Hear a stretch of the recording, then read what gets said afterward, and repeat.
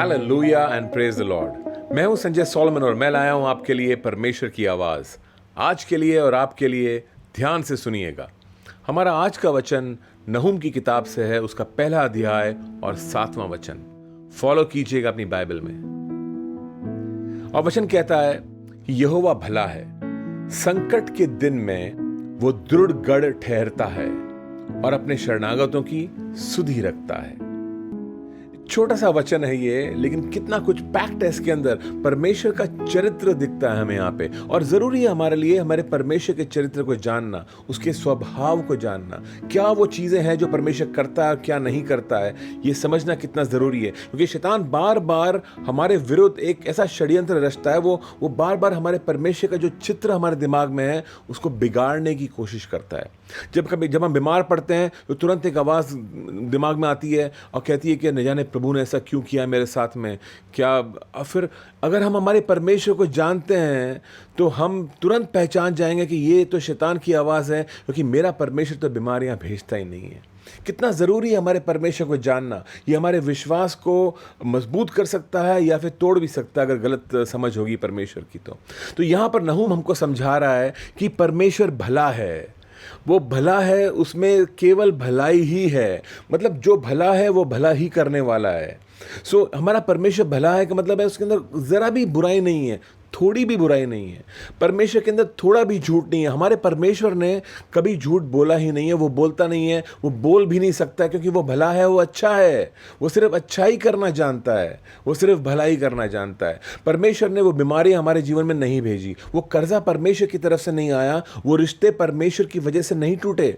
ये जो युद्ध हो रहा है और जो बुरी चीज़ें हमारे जीवन में हो रही हैं, कोरोना वायरस और बहुत कुछ है, ये परमेश्वर ने नहीं भेजा है। साइक्लोन परमेश्वर का भेजा हुआ नहीं है, अर्थक्वेक परमेश्वर नहीं भेजता है। ये परमेश्वर इस तरह के कार्य नहीं करता है।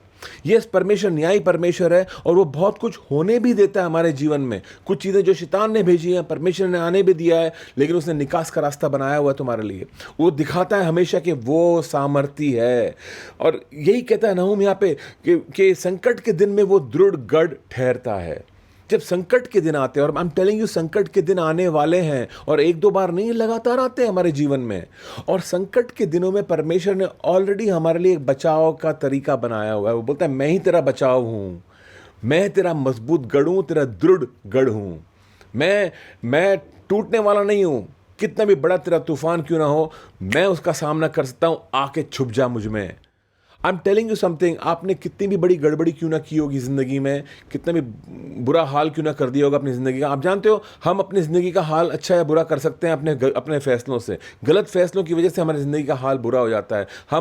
शायद हम कोसते हैं कि अरे हमारा समय ख़राब है या हवा पानी ख़राब है ना, ये नहीं, हमने गलत फैसले किए थे इसलिए हम उस हाल में जहाँ पर हम हैं। और कितने भी गलत फैसले तुमने क्यों ना किए हो, परमेश्वर सुधार सकता है। तुम जाके छुप सकते हो आज भी परमेश्वर में, तुम बच सकते हो, क्योंकि वो मजबूत गढ़ तब ठहरता है जब संकट आती है। अब जब संकट आएगी तभी तो हम गढ़ में भागेंगे ना, वरना क्यों भागेंगे गढ़ में। इसलिए परमेश्वर कई बार उन संकटों को आने देता है। बोलता कोई बात नहीं, आने दो संकट को। क्यों? क्योंकि अब वो साबित करके दिखाएगा तुम्हें कि मैं तेरा मजबूत गढ़ हूं। और वो कह रहा है मुझ में आके छुपना। क्यों डरता है? संकट आएगा क्यों घबरा रहे हो? आओ और छुप जाओ मुझ में, मैं तुमको बचाऊंगा, मैं तुम्हारा मजबूत गढ़ ठहरूंगा। और फिर नहूम कहता है हमसे कि वो अपने शरणागतों की सुधि रखता है।